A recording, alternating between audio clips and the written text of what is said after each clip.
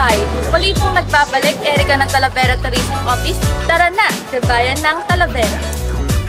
Alam niyo ba, dito sa bayan namin sa Talavera ay may kakaibang chicharon. Sa isang peraso pa lang ay isang buong pamilya na ang makakakain. Pero hinay-hinay lang sa mga high blood at may sakit sa puso dyan na meet Tatay Rod's Jurassic Chicharon. Hindi to balat ng dinosaur ha. Ang chicharong baboy, isang sikat na merienda sa Pilipinas. Ito ay gawa sa balat ng baboy, pinakuluan, tinimplahan at pagkatapos ay ipinirito hanggang sa lumutong. Ang chicharon ay pinaniniwalaang nagmula noong panahon ng kolonyal na Espanyol. Kilala rin ang chicharon sa iba't ibang pangalan sa iba't ibang rehiyon, tulad ng bagnet sa Ilocos Norte o kilas balat lamang sa Ilocos Sur, tititian sa Pampanga at agas at takas sa Bicol. Hello po, magandang tanghali po. Kamusta po kayo? Okay naman. Siya po si Tatay Rod ng Jurassic Chicharon. Matatagpuan niyo po si Tatay Rod sa Pag-asa Villarupina Road 8. Tatay Rod, balita ko po may chicharon po kayong Jurassic. Meron niya. Bakit po Jurassic? Tinawag ko siyang Jurassic noon, pang-una pang ginawa ko yon dahil sa bukod sa malaki na siya, tapos sa isang piraso buo siya na hindi na siya na-slice. Kaya tinawag ko siyang Jurassic dahil sa talagang sa kakaiba niyang size. Kaya ayun, nung naggawa ako noon, medyo una noon pang tawag lang ng pansin sa mga tao, sa mga bumibili, mayroong kakaibang nakikita, gano'n. Saka ang isa pa, nung naggawa ako noon, parang ang dami kong napapasayang tao. Dahil sa lahat ng makakita, pag naka-display doon sa aking food cart, ayun, nangingiti sila, tsaka talagang minsan napapamura pa. So hindi naman po siya T-Rex, ano? Hindi. Tinawag ko lang siyang Jurassic dahil, pero kasi yon isang buong ganitong balat. Halimbawa, itong balat na to, ayan, ito yon, hindi siya i-slicein. Tinatanggal lang natin yung taba na yan para siya mag-pop siya ng maganda. Kasi pagka mayroong mga taba na yan, pipigilin niya yung pag-pop nung balat. So tinatanggal natin yan para nga maging maganda yung ating.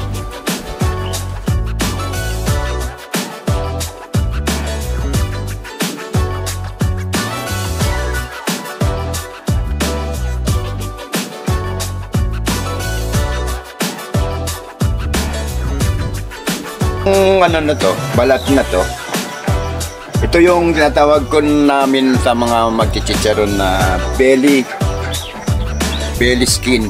Kasi ito yung belly skin mula dito sa na yan yung may mga susunod na yan.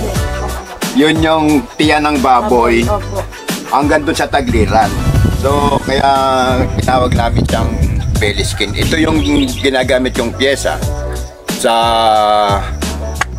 ginagamit kong pyesa sa paggawa ng Jurassic, para naman bukod sa hindi lang siya malaki, masarap din. So, mga ilang kilo po yung nagagawa yung Jurassic Chicharon sa isang araw or sa isang linggo po, ganyan? Depende lang. Ang ginagawa ko kasi dito, parang mga iba rin na naggagawa ng chicharon. Nag-aantala ako ng medyo marami na para kung sakaling may mga opportunity na minsan nabibili na maramihan, katulad ng mga sa bisita, iglesia, ganon. Meron akong kaagad na isusupply o ibebenta. Kasi minsan katulad sa ngayon, maraming nagpupunta dito sa Talavera. Inaanyayahan ko kayo na dito lang mabibili yung Jurassic Chicharon ni Tatay Rod na minsan na nag-viral sa social media. Hindi lang siya malaki pero masarap din. Ang araw niyo pa po binibila dyan bago iluto? Actually, yung pagbibilad ng balat, kung maganda naman yung init ng araw, hanggang tanghali lang talaga dapat na pagbibilad. Pag may ulan, may niluluto ko siya ng hindi na binibilad. Sariwa na siya. So, yun yung minsan yung binablog ko na sa mga gustong matutong magluto ng chicharon. Minsan nag-advise din ako na ipalo, panoorin yung pagluluto ko habang ako ay nagagawa para kahit paano kung gusto nyong magluto o magnegosyo ng chicharon, makakuha kayo ng konting idea sa pagluluto ng chicharon. Ilang baboy po yung nakatay dyan para maipon yung balat na yan? Siguro nasa mga 100 baboy. Kasi bawat dalawang piraso na to, isang baboy yan dahil di ba dalawa yung suso ng baboy magkabila. So dalawang tagliran yan buo.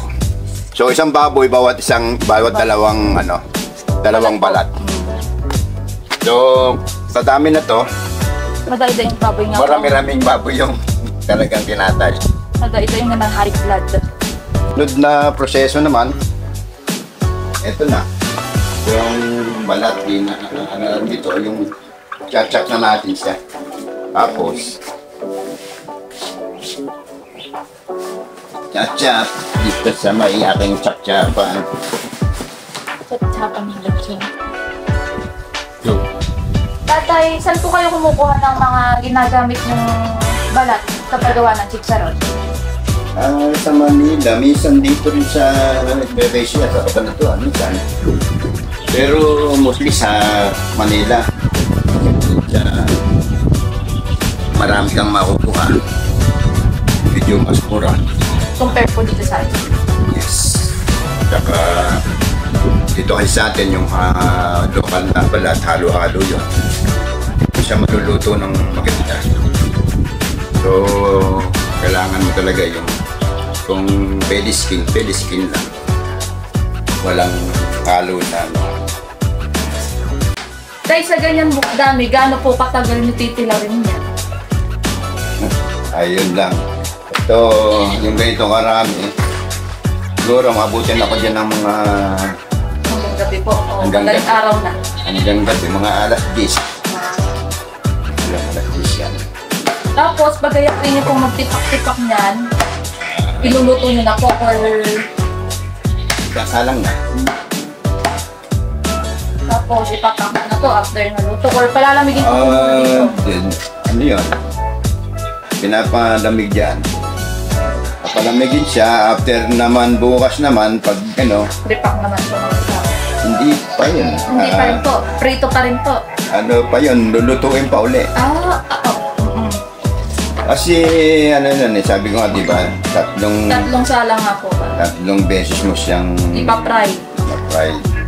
Tatay, lahat po ba na yan gagawin yung inantala or yung iba, Jurassic naman po?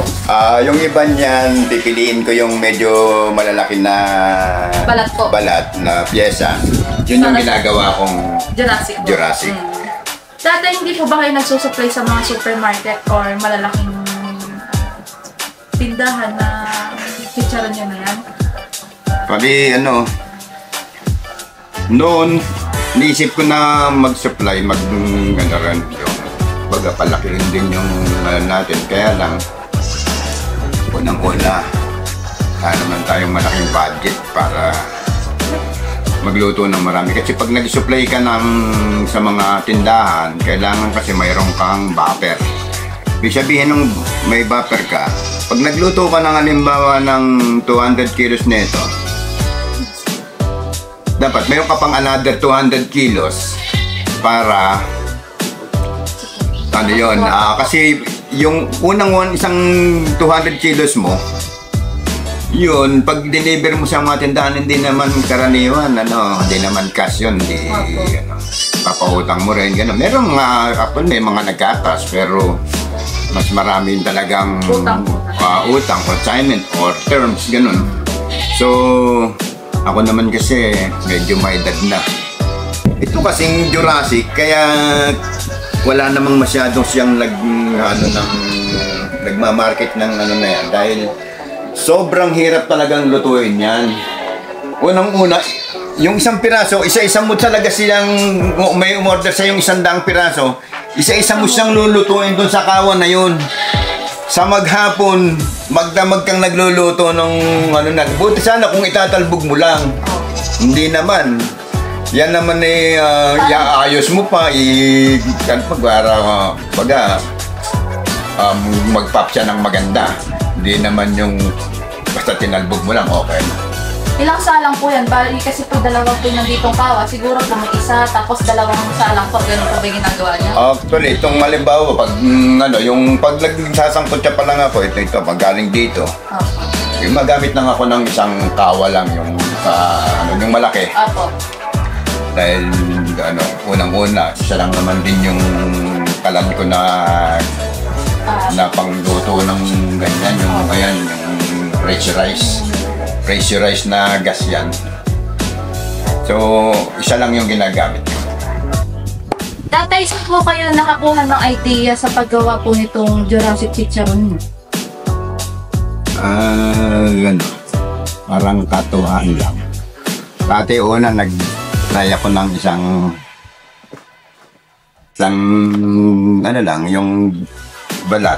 Sinubukan ko dahil sabi nga nila, mahirap talagang lutuin ng Jurassic. Yun. Parang umpisa akong magluto nung na ako ng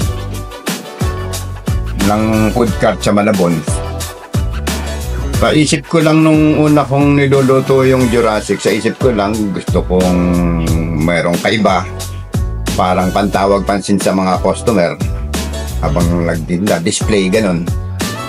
Nung kalaunan yun parang na-amaze na yung ibang nakakakita pagka yung mga mahihilig sa mga kakaiba, mga tao na mahilig sa kakaibang bagay, yun, napapabili sila. So hanggang sa nung 2014 bumili sa akin si Ninong Ray. Ayun, binlog niya yung kauna-unahan niyang vlog na kumakain siya ng malaking chicharon, umagahan yata yun. Oh. Yun yung nag-viral ng una. Kasing party na to, itong gilid na yan, yes po. Yan yung tinatanggal, binubukod. Yan yung tinatawag na belly, na pag binebenta namin na belly, yan yung binebenta ko 120. So, ayan, binubukod siya. Lagayin mo siya ng una ng para mas madali siyang Tapos, tagayin mo lang siya ng isang slice yan. Kasama yung na yan. Yun. Ang papasalamatan ko yung katulad ng kaibigan sa Malabon, si Ninong Ray, nag-vlog ng second times ng aking Jurassic Chicharon na nag-viral. Tapos yung mga nag-interview tsaka yung naglagay sa TV kay Ivan Tantique na nagpunta sa Malabon para ako interview para yung lalagay sa TV yung aking Jurassic Chicharon. Sa mga nag-vlog ng iba pang mga vlogger na nag-vlog ng aking Jurassic, si Ninong Ray, sila Boss Rino Marco, Kong TV, Boss Noy. Maraming salamat sa inyo at maraming salamat din sa pamilya Ligaspi ng Malabon kasi sa totoo lang sa kanila ako natutong magluto ng chicharon at sila rin yung nagluto, lalong-lalo na kay Kuya Manny Kontag. na kayo kung ano, medyo nagagamit yung inyong pangalan. Pero maraming salamat sa inyo.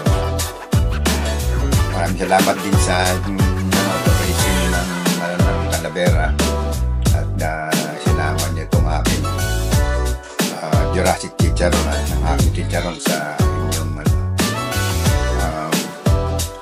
mga pupuntahan o dapat na maging ng bilhin o puntahan ng mga naglilibot dito sa Talavera. Yung makabili ng Jurassic Chicharon. Originality talagang dito ako nakatira ngayon, so dito talaga yung dito na makatatagpuan yung maker ng Jurassic Chicharon, Tatay Rod. Shoutout nga rin pala dyan sa mga tropa ko dyan Malabon, paring Willie, Colonel Ramos, ay Major Estinemiano, mga kapare ko dyan. Ito, dito na lang pagpad sa Nueva Ecija itong pare nyo. Dito na ako naggasik ng kolesterol muli. Talavera.